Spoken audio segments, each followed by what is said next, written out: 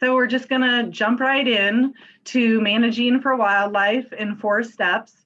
As Holly and I thought about what we wanted to present for a webinar like this, we asked ourselves who the audience might be, and of course knowing that it might be anybody from somebody with a yard in town that wanted to better attract things to a larger acreage, the kinds of folks that we get to work with every day.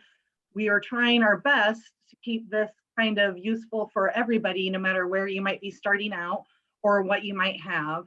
And so whether it is in that smaller, large space, we're hoping with the 4 steps of basically knowing what you have, knowing what you don't want, diversity, and monitoring and enjoying are our 4 steps to hopefully get you a little bit better to enjoying the kind of wildlife and attracting the kind of wildlife that you would like to see on your property.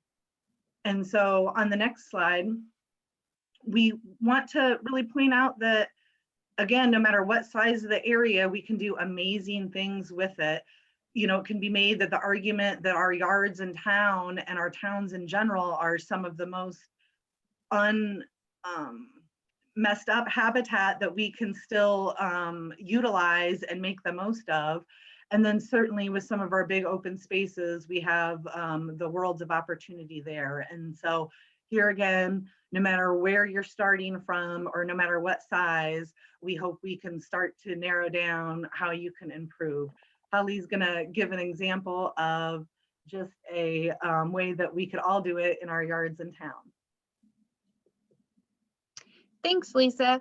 So first, I just wanted to show you a couple of firsthand experiences when it comes to improving habitat on your property. Now, hopefully you can tell that this first example is of the monarch butterfly, and that you can see that all of these pictures look very similar. These are all monarch stages that my brother had found on my dad's house a few years ago. The first picture is of a monarch jaying. The second picture is of a chrysalis. And if my brother would have paused for a second before going and watering the pigs, he could have had a picture of the clear chrysalis prior to the monarch emerging. Instead, he felt the pigs needed watered right away, and he got a picture of that monarch after it had emerged from its chrysalis. So he did a good job of getting almost that complete stage from caterpillar to monarch, just missing one little photo there. But the moral of the story really is that all that my dad has done to improve habitat for the monarch butterfly is leave milkweed, common milkweed.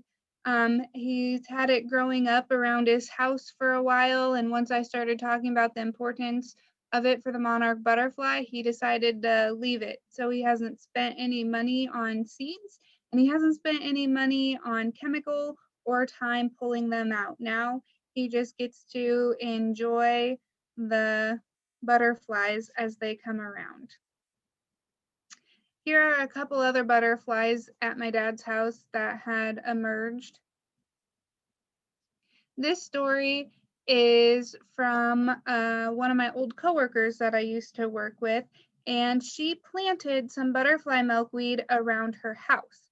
So here you can see the milkweed is tall, flower, fully leaves, and I will say some of these photos aren't in the best quality, but they are what she gave me, and I hope you can still see the overall impact. So here is another picture with the tops of those milkweeds gone. Here is another picture where you can see most of the plant is gone. And then we have a picture where all the leaves are gone, all the flowers are gone. The monarchs have essentially stripped these plants of everything but their stalks. And what was she able to enjoy?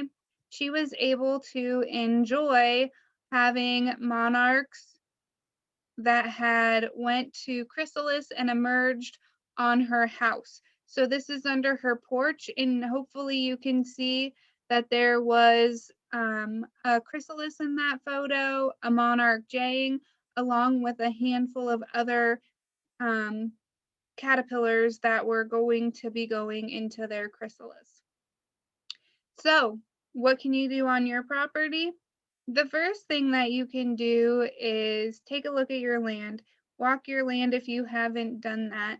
No matter the size of your land, whether you have a yard in town or you have an acreage in the country, make a plan for your yard or your land. Decide what you would like to do and how you want to go about that. We can't always attract all of our wildlife that we're interested in. For example, if you live in town, you probably don't want to really try to attract deer or turkey. So you might want to focus a little more on the songbirds and pollinators. Sometimes we can't have everything that we want, but we can still do a lot for enhancing wildlife habitat out there. So it's important that you take a look at your property. We know every property is different and unique. One of the first steps is knowing what cover types you have on your property. Wildlife need a whole range of cover types out there. It's like making a mosaic with different cover types and habitat types out there on your property is what's going to be very important for our wildlife.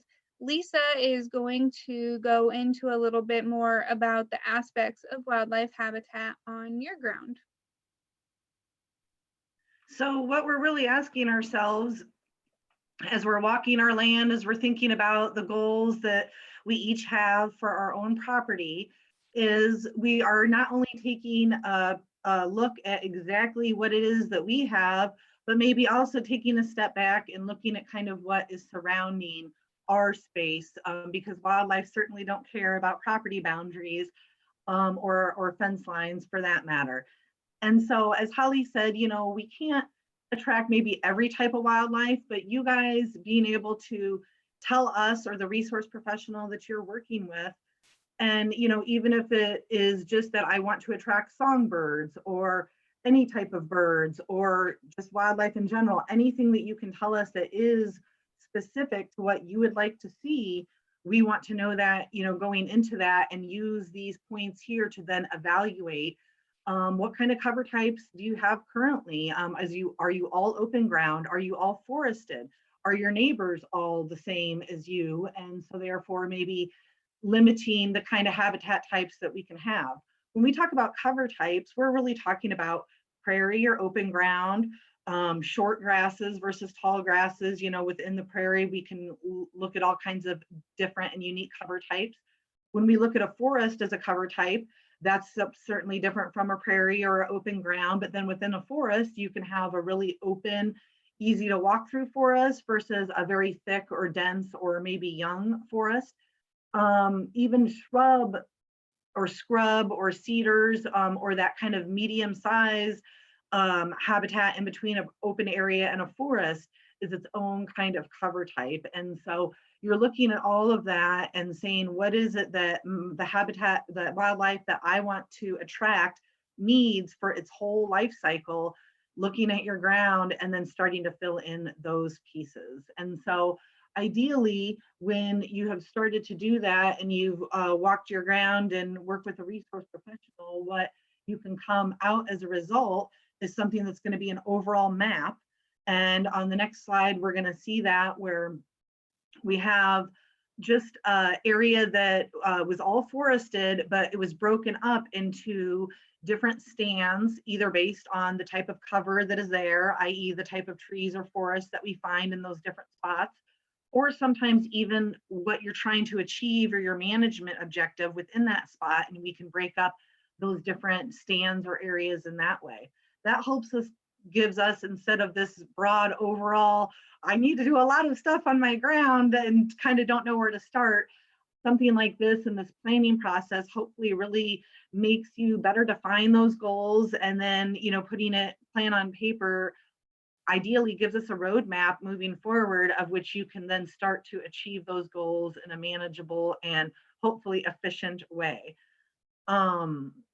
So I think onto the next slide here, what we want to start with, moving on to our 4 tenets of wildlife management and attracting wildlife to your ground. The first one really is know what it is that you have. And to that end, we're not going to spend a lot of time because we have so many different species of trees and shrubs just native to Iowa, not to mention all of the other species that might be in our yards that perhaps aren't native. We have a long way to go to identifying any particular trees if we're starting from scratch, but we wanted to at least start to give you the basis of how to do that. So to the end of knowing what you have for your forest, what that looks like is starting to ID those trees in any way, shape, or form. So there's been some wonderful phone apps that you can get for free or cheap that are tree ID or plant ID apps, where you're literally taking a picture of the plant at any time of the year and usually getting a pretty accurate answer back as to what that tree is. So those are really fun, and I encourage you to mess around with those. We also have, plenty of our guidebooks here, and this is one that I particularly use and like a lot. The reason is because so many of our tree ID books focus on the leaves, which we definitely need as part of our tree ID. However, in Iowa, most of our trees are devoid of their leaves for so much of the year. And so a book like this actually goes through not only some of the actual leaf ID that you're going to benefit from, but then also it gets a little bit more in depth with looking at the flowers or fruits of individual trees and what those are going to look like at different times of the year. Also getting into here again, the seeds, and then even an area that is often overlooked, but a great way to identify a lot of trees is simply by the bark. Now, this book is in black and white, and so some people don't like the non-color, but it really goes through every aspect of things. There's wonderful books like our Forest and Shade Trees of Iowa that is through the Iowa State University.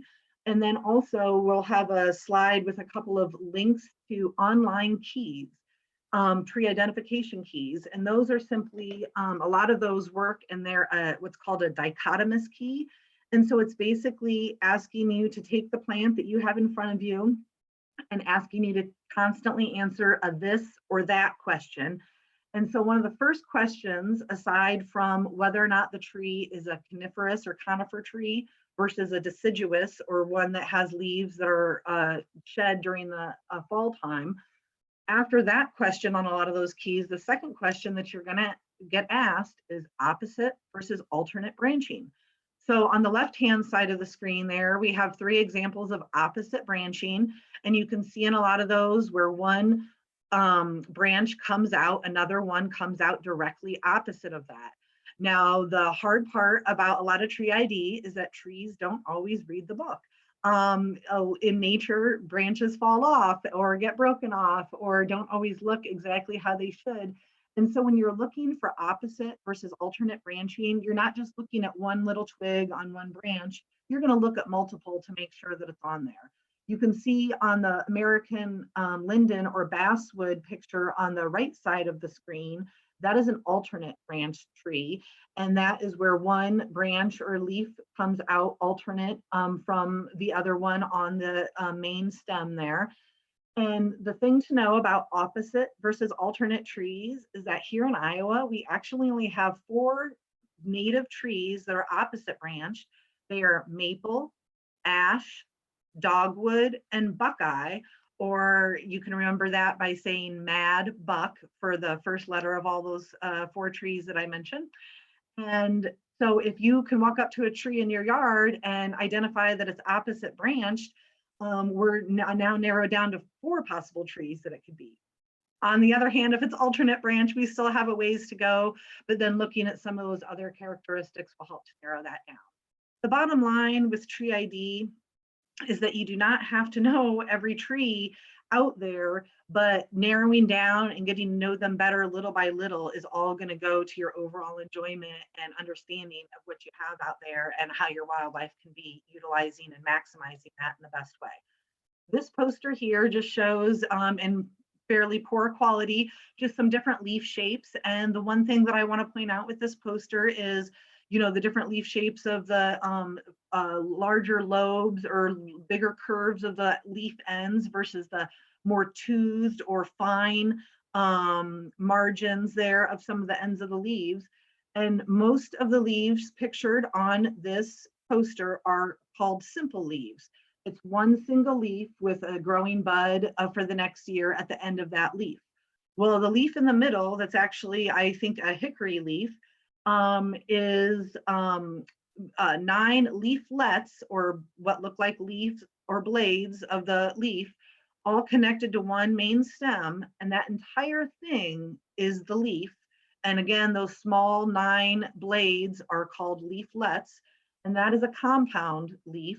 And I know that when I'm out in the field, because at the base of every one of those leaflets, I will not find a bud or a growing bud for next year. But instead, at the end of that entire stem that connects all the leaflets is where I'll find the growing bud for the next year. Now, holly is going to continue on with some prairie or open space ID, and then we'll continue on to what we don't want to have in our areas. Thank you, Lisa. So now I'm going to talk about some flower ID, and I'm going to do that through a means of pictures and a video to just kind of touch on some of our native plants. Lisa had mentioned the dichotomous key. You know, there's books out there that have that for plants as well, as long as you can, you know, get that plant narrowed down to a certain potential. There's also a whole bunch of different resources as far as books and some different apps available for flowers and grasses as well. So to start with, you can see here there is a yellow droopy flower in the background, and that is gray-headed coneflower. And then in the kind of middle of the picture up at the top, there is wild bergamot. And then down in the mid-level of the picture, you will see another yellow plant, and that is black-eyed Susan, along with purple coneflower.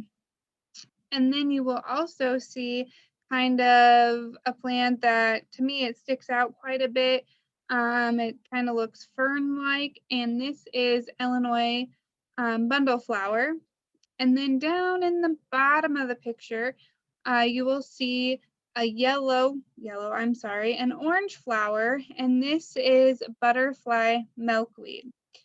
Now this picture is taken of about a 3 or 4 year old pollinator planting in July. So that's in the peak time of year for our flowers. And I hope you can see how the different structure really comes through in this picture, and that we have plants of all different shapes and sizes that do a great job of providing habitat for our pollinators. Next, we have a 2-year-old pollinator planting. This was taken in June, and so it's still just kind of getting started. Most of our native plantings aren't really considered mature until year 3 or 4 of the planting. So this one has a couple more years to go to kind of hit that peak there for the plants.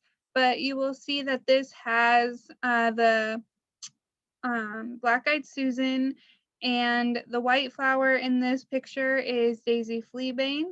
And if you can see kind of the real bright yellow on the landscape, that is gonna be yellow sweet clover, which the yellow sweet clover was not planted, but it is something that comes up in some of the plantings at an early stage. It's just in the seed bank, especially depending on where that seeding was planted.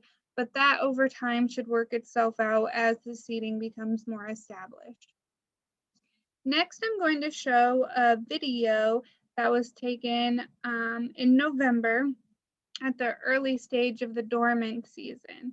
And so you'll get to see what these plants look like at a different stage of their life. And some of them that you will see in the video were already referenced in the pictures. And also in the video, you will notice that I mentioned Cp25 quite a bit. That's because the video was taken in a Cp25 planting, which that is a planting practice within the Conservation Reserve Program, CRP. It's one of the most diverse plantings that we can do under that program. And so I just wanted you to be aware of that so you knew what was going on when you kept hearing me say CP25. So here we are taking a closer look at the CP25.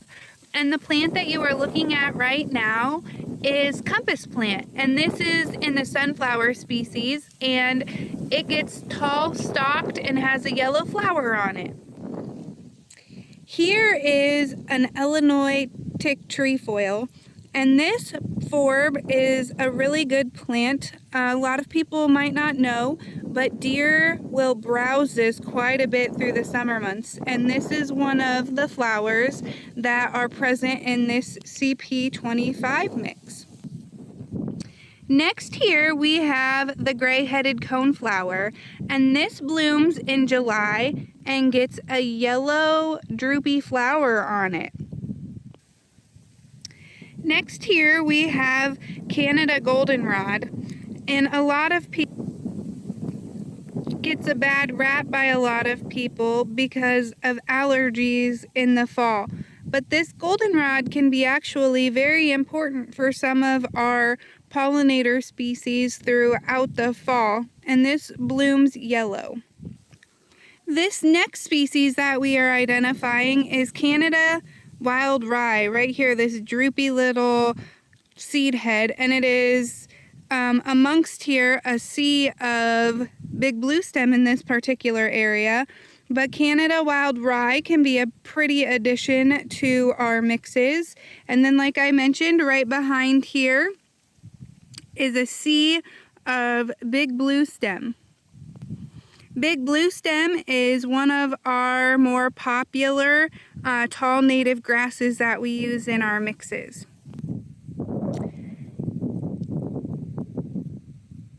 Here in the burn break that has been mowed for this coming spring, here is some black-eyed Susan that is coming up. And black-eyed Susan seedlings can be identified by the hairiness of their leaves there.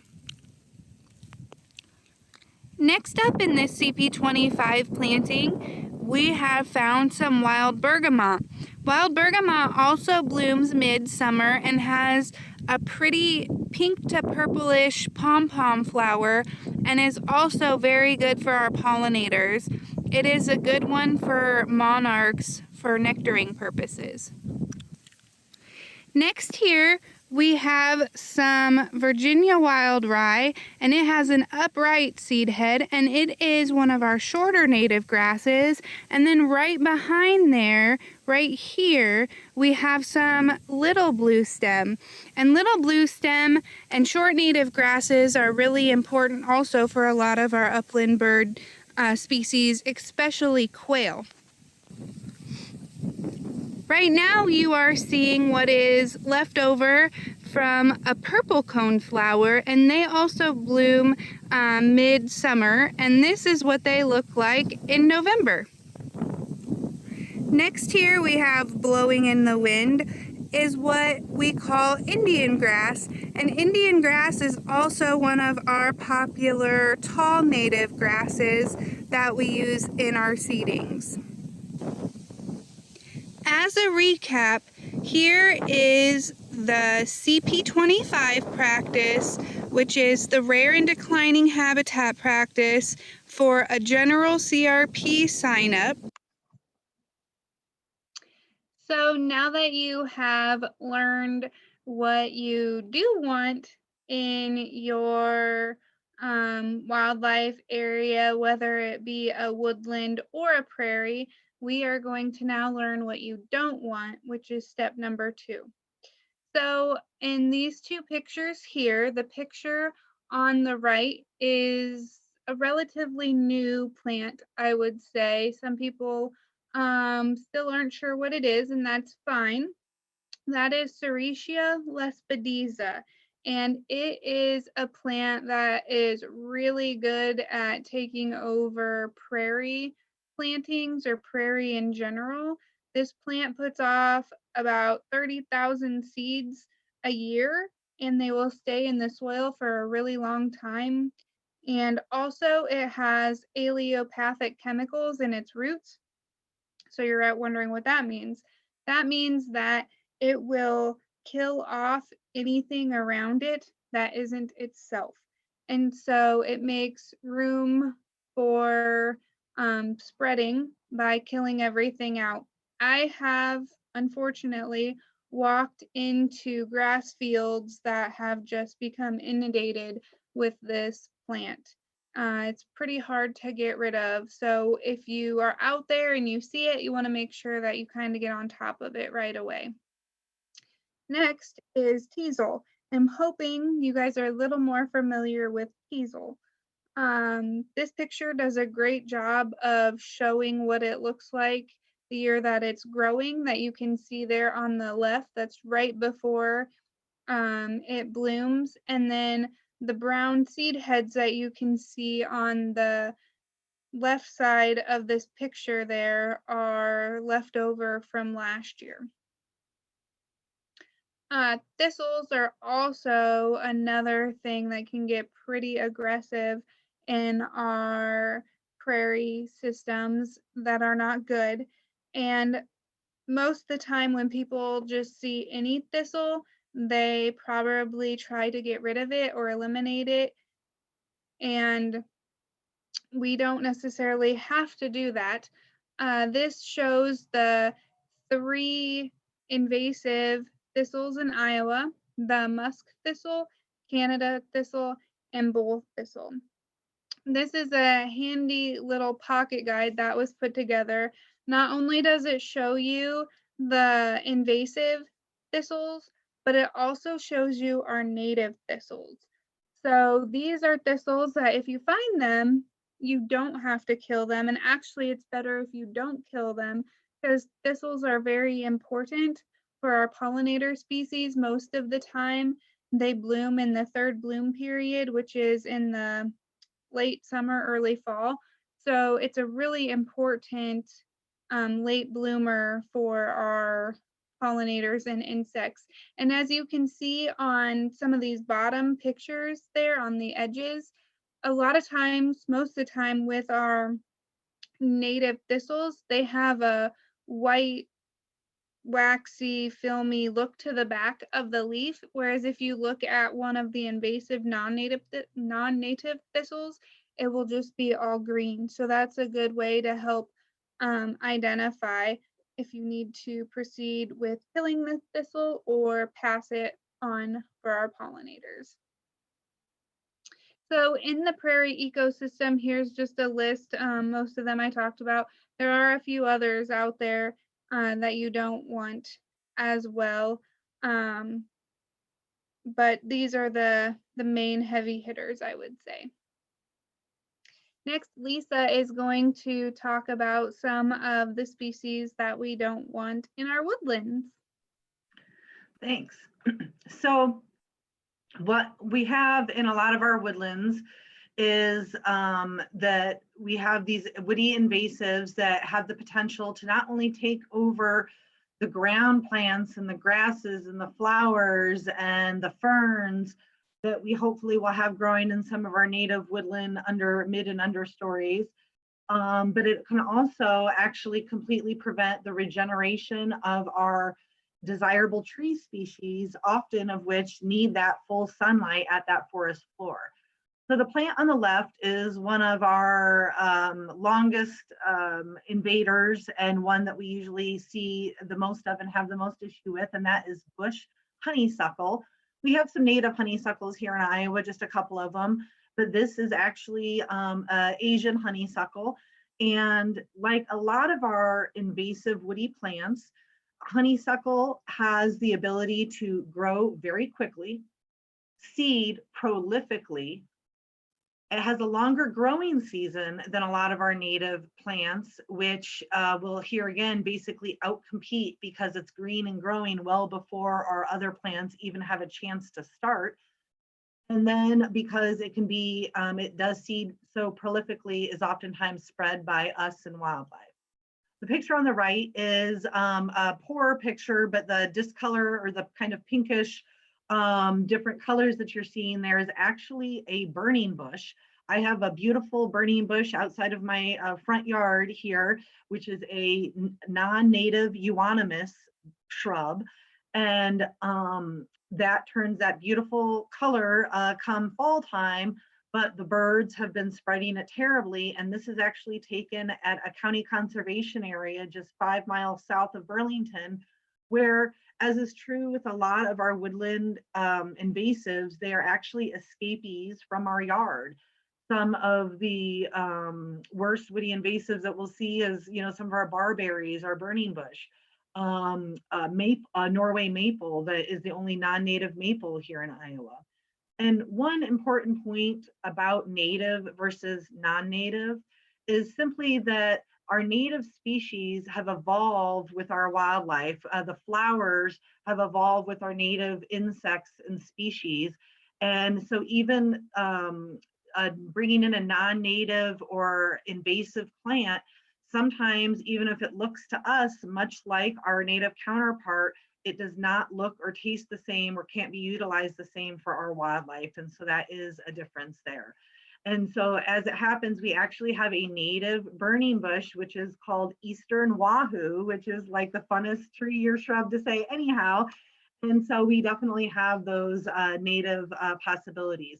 I think next we're gonna watch a video that was taken last fall out on looking at some invasive species out there. I'm standing here right now at a woodland edge. We got a farm field over here just 300 or 30 feet to my right. And then it starts into a woodland edge going to an old farmstead and into some old woods. And these are two plants that we very typically find along a woodland edge, colonizing in any areas that are going to be, used to be maybe more open and now aren't managed. And these are two of our most problematic invasive species that occur in the woodlands. One of them here to my right is the autumn olive tree, and then the one that I'm standing directly in front of is the bush honeysuckle shrub. And both of these are a non-native invasive, and we'll talk about some of the qualities that make them especially problematic as they spread in our live session here. But one of the things we just wanted to show was what kind of growth that they're having. These are both upwards of 10 and 12 feet tall, growing very readily. And right back here that you could barely see is one of our native dogwoods. Right up here in the foreground getting shaded out by our honeysuckle and olive is another one of our native dogwoods. And what we have here is these invasive exotic plants taking over the space and the sunlight that we would prefer our natives to have. If you could just even kind of shoot down and look how bare it is underneath of here, what we're seeing is basically no sunlight reaching this and the inability of any other of our native plants, trees, wildflowers, edge plants to be able to grow into that kind of shade. Go ahead. So what that video didn't really show is she zoomed down there was the only thing that was growing underneath of that honeysuckle and olive was actually more honeysuckle and olive. So again, just very vigorous growth on all those. Listed are some of those other, again, worst offenders that we see quite a bit of. And again, a lot of these are escapees. The Oriental Bittersweet, here again, we have a native bittersweet vine. But the Oriental Bittersweet is more commonly used in the wreath making industry and has spread quite readily throughout. but that is actually a vine that will literally strangle certainly a smaller tree and even a larger one by growing around it in such a way. And so, you know, while we're never going to eradicate all of our invasives, something I forgot to mention early on in talking about this is the multiflora rose and the autumn olive and the honeysuckle. The DNR actually encouraged people to plant those 20 and 30 years ago, thinking that they were the next best thing for wildlife. Again, we now know that sticking to natives is the way to go, but we, you know, are never going to, again, eradicate all of these invasives off of our landscape. But what we can do is pick those areas where we still can control them and do so, or see areas that are not yet inundated with these and keep them good. And so when we're looking at invasives, it's not a rush to get every single one, but it is to certainly control and minimize.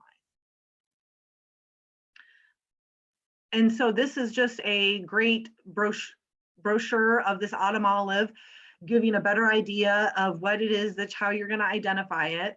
On the back side, as in Holly's thistle brochure, it actually did have some native counterparts of some different shrubs, our nanny berries, our service berries, our chokecherries, that would be great native alternatives to replace if you're taking the shrub out. But what I especially love about this is it gives really step-by-step instructions and to what time of year to go ahead and control that. We're going to talk later about different tools that we can use to achieve the end goal, in this case, of minimizing our invasive species. And we want to do that in the smartest way. We don't want to be out there spinning our wheels or doing things that aren't going to work. And so luckily, a lot of other people have spun their wheels and done a lot of things that didn't work before us. So we can now take that information and present the things that do work. And so there's information like this available out there. This is through the Hawkeye Cooperative Weed Management Area, of which Louisa County is a part of. And so these kind of brochures are available locally here, as well as a lot of other information to better identify what it is that you have and talk about how to control it. We're going to watch this brief video where I'm using some actual tools. We'll use the word tools in a different way later on in our talk, but here it's just showing some removal of some honeysuckle. Hi, I'm sitting out here on a nice cold winter day looking at controlling some of my invasive species. So I wanted to give you an idea of some of the tools and some of the things that would be needed to get that done in the best, most efficient way possible. So a couple of the tools that I have here with me are just my long-handled pruners that gives me a lot of traction with the longer handles. And that's going to go ahead and cut most things up to in between like my pinky and index finger size stem. And then certainly for anything smaller, I could even use some handheld pruners. Or if for anything bigger, I could use this really nice folding saw that I'll kind of demonstrate both of these. Then we're going to immediately apply chemical treatment to the stem to prevent the stem from resprouting. Unlike some of the stuff that we wouldn't mind coming back, we do not want this plant to come back once we've taken the time to cut it. And so I made sure of my ID here. I have my native dogwoods behind me here. And then right over here, I have some of my honeysuckle. So I'm going to use this long-handled pruner saw to get down just a little bit below the snow line here. So it's nice and low. And this is, it looks like just about the maximum end that this pruner saw was going to easily handle. So I'll go ahead and use my hand saw for the other one. And this hand saw, the blades are working both ways as I cut back and forth, so it makes for a pretty easy cut. So once I have my cut stump, now I'm going to apply herbicide directly to that cut stump to make sure that these invasive honeysuckle plants do not resprout. This comes with an applicator that I just got at a farm store here, and this applicator is just a brush that all I have to do is brush it just lightly right on there. I'm taking care not to hit the snow here, and all we have to do is cover that entire cut base of what we cut and not have it drip off. And again, this is just a stump treatment that would work on vines or woody stumps that I just picked up at the farm store. And so some easy ways to get started. Now we just have to do the other 1,000 out here.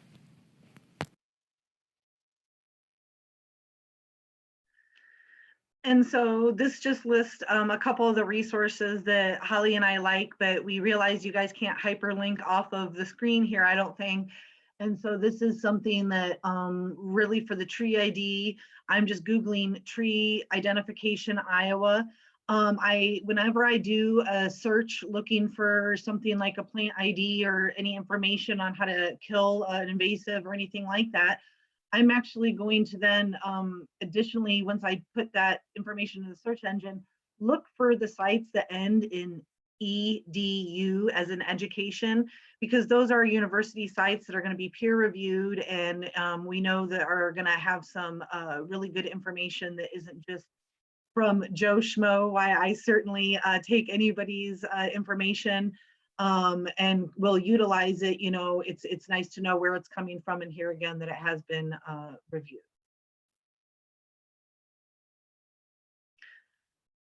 And then here again, just some invasive plant resources for us. But here again, just Googling some of this, something like Honeysuckle ID Iowa, invasive woody plants Iowa is going to get you to some of these same things if you can't write down this address, or if we can't get it to you after.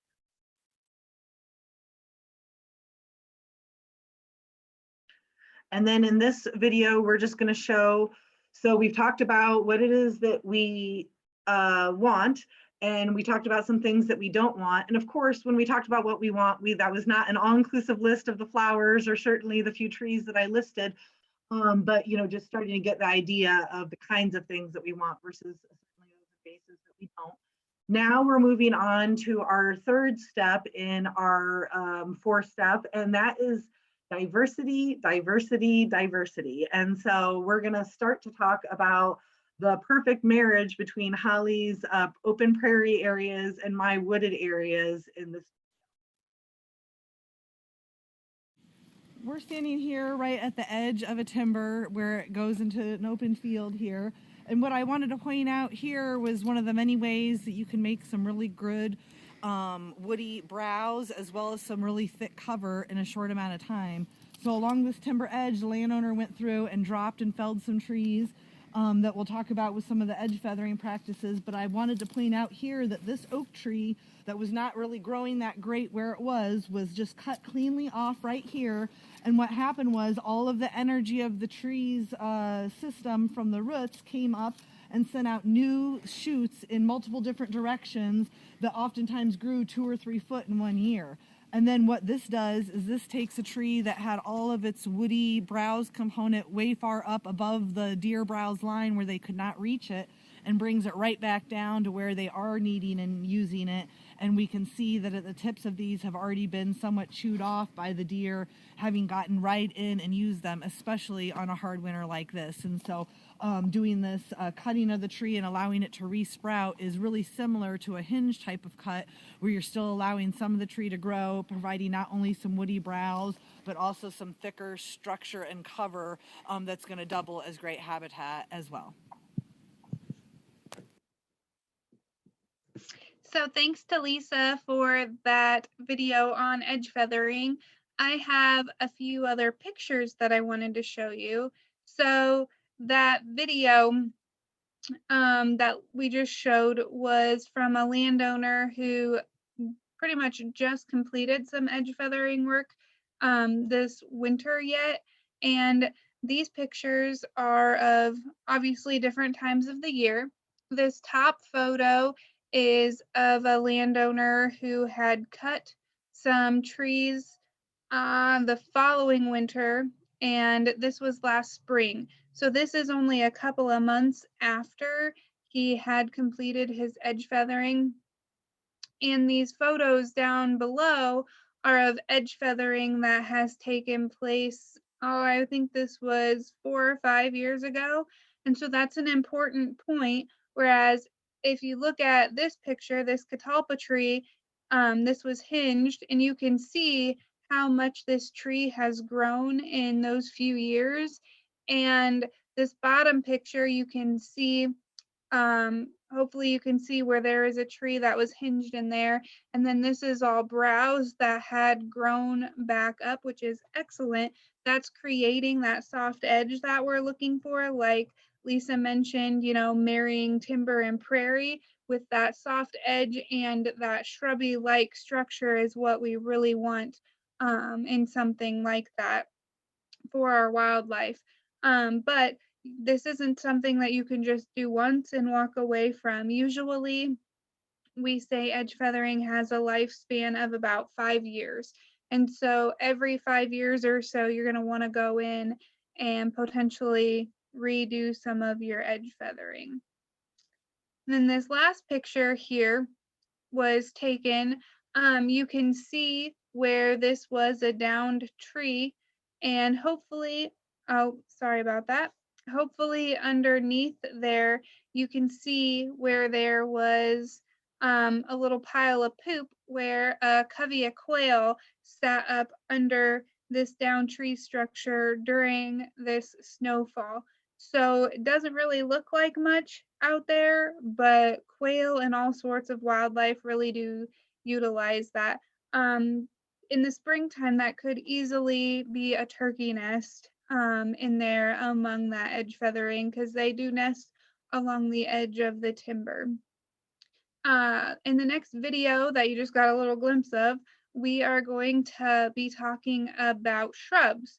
So another thing that is very much like edge feathering would be a shrub planting. They both create the same type of cover type. Edge feathering is just a little more instant, whereas obviously shrubs are going to take a little more time to establish and create some of that edge habitat that we're looking for. Is a good example of a shrub thicket when we are trying to target bobwhite quail. If you can look in here on the ground level, there is not a lot of grass in that shrubby thicket here, and there's a lot of bare ground for those quail to move around, especially in the summer months when they're younger. The quail chicks are only about this big, about the size of a bumblebee, and even adult quails don't stand much larger. So having this bare ground and having these little other shrubs coming up and other plants in here to kind of cover them even from their head is going to be really good for them.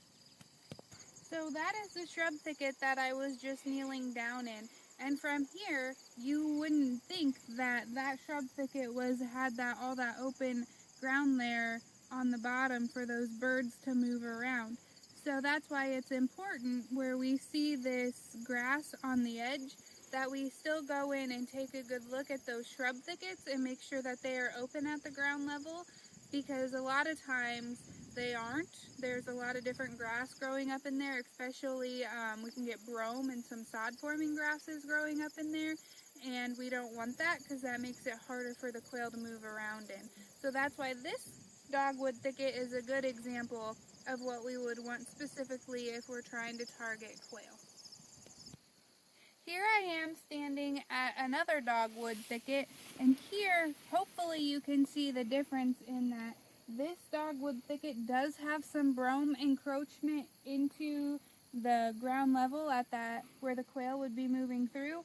So as I was just saying, this one is not the best example when it comes to trying to help with quail and enhance the quail habitat, because they're not going to be able to move as freely through this dogwood thicket as they would the other dogwood thicket. So with that, we have talked about woodlands, prairies, and the edge between woodlands and prairies. And we want to just make sure that we get across that diversity is extremely important. Diversity essentially is all our habitat types, and making sure that there's as much out there as possible is going to make all the difference in the wildlife on your property. Like I mentioned earlier, getting a mosaic on the landscape is very important. If you think back, 40, 50 years ago, the landscape was a little more broken up than it is these days. We have larger farm fields out there with bigger equipment. Some of our cities have expanded a little bit. So taking into consideration getting a mosaic out there on the landscape is going to be very important for our wildlife. You know, habitat, we just came through a really hard winter where we had snow on the ground for almost 2.5 months in some areas, longer than we've had in, I think, maybe the last 20 years I heard on the news. And so in a winter like this, habitat is really the key to getting wildlife into the spring. And when we're talking about well, pheasant and quail, for example, and turkeys, some of our upland game birds, we want to get them through the winter, of course, but the better they get through the winter, the better they're going to be going into the spring, which the spring is a really important time of year because that's when they're going to be laying those eggs and nesting. And so one thing to think about is that the spring is really the only time of year that we're actually growing birds. The rest of the year, we're losing birds, whether it be to nest predation, to predation in general, to hunting, to losing them throughout that winter. So the spring is a good time to really consider where our birds are going to nest. So making sure that we have diversity of habitat and just good habitat in general is going to be the best we can do for our wildlife. Lisa's going to talk a little bit now about the diversity of some of that different habitat types. Sure. So when we talk about diversity, I think when, you know, I first started preaching diversity, a word that I say probably more than just about anything else in my profession, I really thought about diversity just as it related to trees. You know, we don't want another emerald ash borer, so we are going to diversify our tree species. Well, what I have learned over the 10 or 15 years of this career has been that is just a drop in the bucket when we're really talking about the overall of what those habitat and wildlife needs are. One of the biggest things, you know, that I think I've come to an understanding of, whether it's in the woodland or in the prairie area, is what looks pretty to me, what looks nice to me, probably isn't exactly what our wildlife need or attractive to them. And so when we're looking at diversity, it isn't just about species of trees within our forest. We want that, but we also want, when it comes to species in the prairie, we want blooming times of those flowers, not just the prettiest and showiest ones that come up in the midsummer, but we want to put something into our mix that's going to seed in the earlier spring as well as the later fall. When we're talking about diversity of flowers that are available to a pollinator or to a wildlife, our spring woodland wildflowers are actually playing a really important role in some of our pollinators or bumblebees, different things like that. And so even diversity of flowering times within habitats, not to mention within one type of habitat like your prairie. We kind of already talked about that diversity of cover types, and you know, Holly was kind of touching on it here. One of the big things that, you know, we have been lacking over our habitat is just fence rows. And what those fence rows were some of our shrubby edge corridors. They were again shorter and oftentimes maybe attracted a whole different type of songbird than what our forest or our open areas did. And that's a habitat type that we're missing completely off the landscape in many cases. But here again, by maybe replanting shrubs in some of those areas, we can start to get that back. And then when we're talking about diversity among age classes, for instance, in our forest in Iowa, our oak forests are generally, they're 80% mature, basically, which means that we don't have a lot of young oak forests. The beautiful oaks that we're walking through today are not going to be what my grandchildren are going to be walking through without some action on our part to make sure that we're growing new small oaks at this time. And so age classes, the diversity within a species, And then even structural diversity, which kind of goes to age classes. So when we're talking about a forest, we're talking about, so often I'll walk into a forest that has these great mature oaks, exactly what we want. It has all the components of the rest of the forest that have these beautiful flowers and other plants. But we have honeysuckle or autumn olive coming in really hard and heavy, basically drowning out the entire mid and understory of our forest and stopping it from regenerating in the way that we want. So that structural diversity is actually being able to make the most of our mature, or excuse me, our native, both mature, large trees, but also our mid-story trees, our smaller trees and shrubs, like our service berries and our red buds, our native woodland shrubs like our hazelnuts and our chokecherries and wild plums, and then certainly this ground level, which here in this picture right here in the mid to late summer is providing our goldenrods and some of our later flowering plants. That open forest structural diversity is allowing those plants to grow. And so, you know, whatever it is that you're starting with, we can usually maximize or improve it just by taking whatever habitat type we have and either adding another sort of habitat or manipulating what we have to make sure that we're going to have what it looks like today in another 5 or 10 years. And as Holly mentioned, the shelf life of something like edge feathering, you know, this is a living, breathing, changing environment that we're working in. We're not going to do any of these projects once and walk away. And that will start to get into our last point of monitoring and enjoying. But we'll go into that a little bit later. I think we'll go ahead and move on for right now. And Holly's gonna continue. So now that you know, hopefully, what you have and what you don't have, and you should know kind of where you want to go. What kind of changes do you want to make to your yard, your land, that's going to help benefit wildlife the most? You know, there are usually endless options for improving habitat in your space. So just pick you know, an area that you want to start with. Maybe you already have done a little bit of something in one area and you really want to work towards enhancing that one area. That's great. You know, if you do live on an acreage and own quite a bit of land, you know, you don't have to try to tackle all of that at once. You can bite it off into pieces and do a little bit at a time.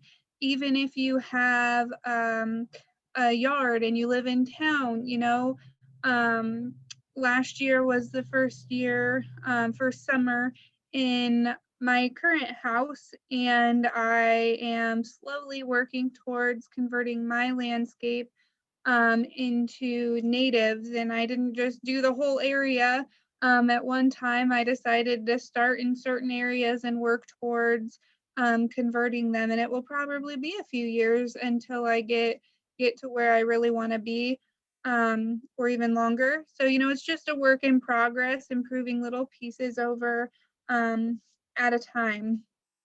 So again, small changes, you know, just doing little things over the years, or even just doing kind of one larger thing in a small area.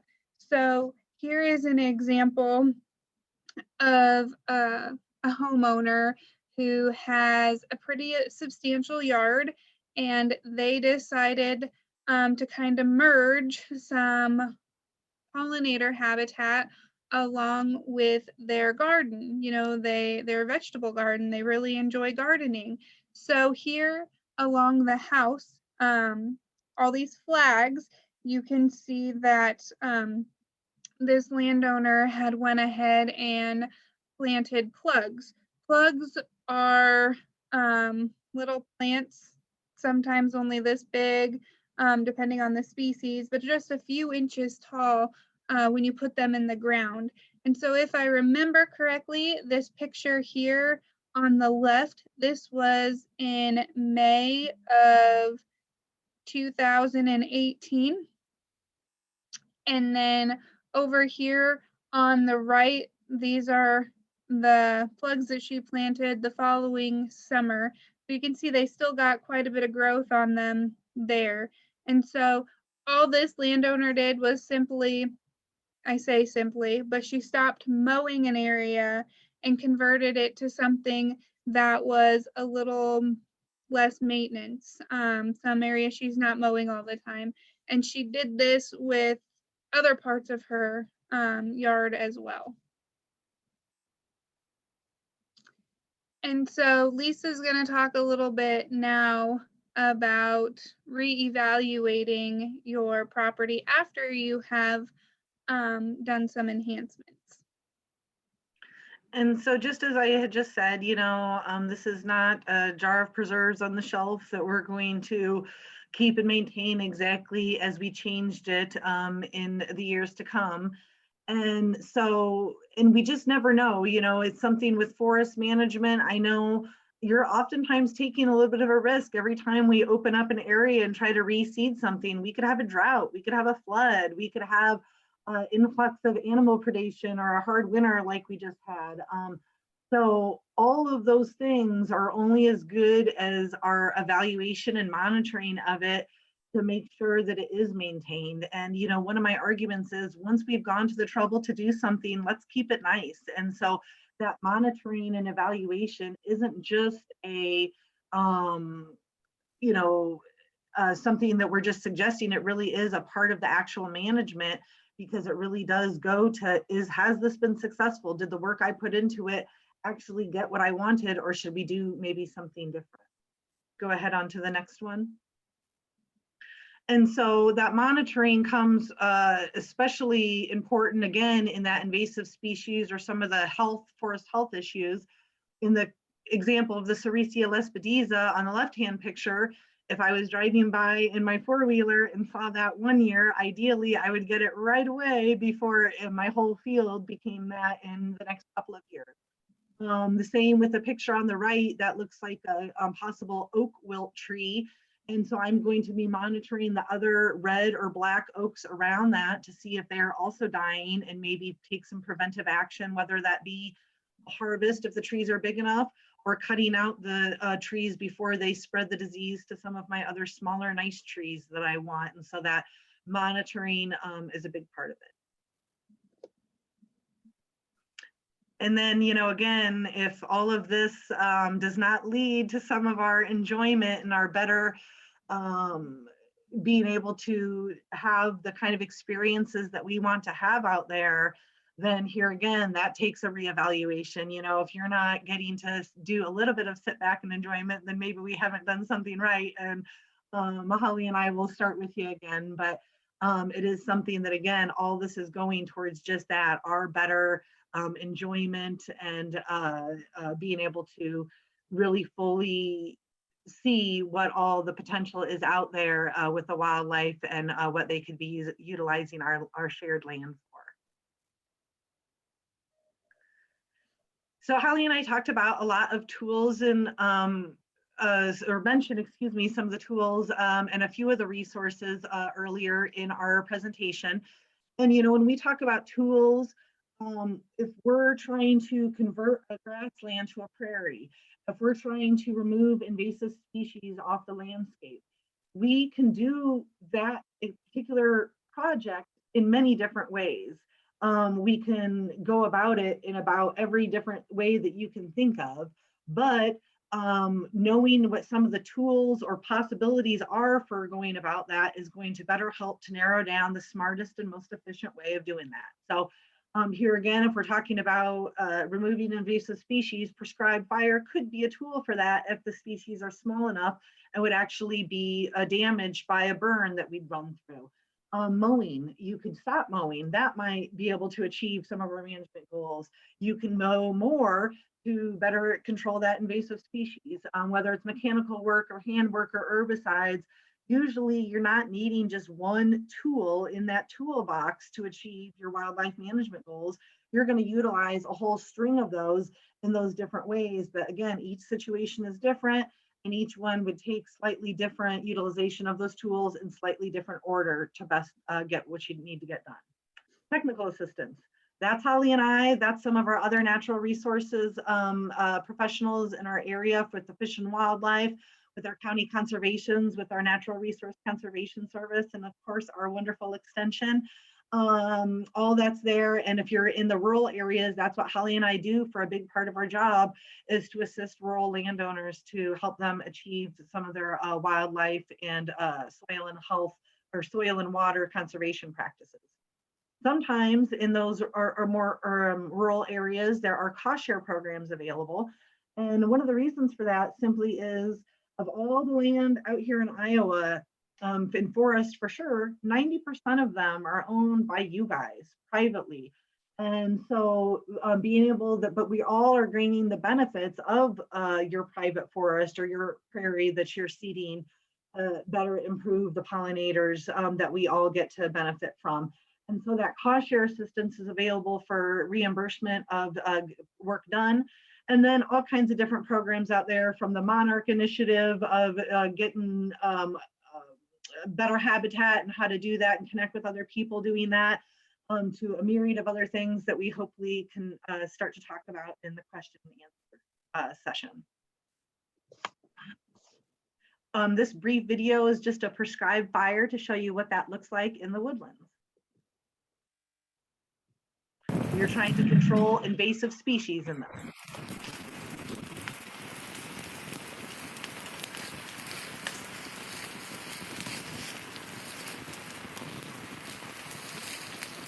You saw the fire line there of the mowed path that was green and is not going to burn. The fire is actually burning up a small honeysuckle plant right there.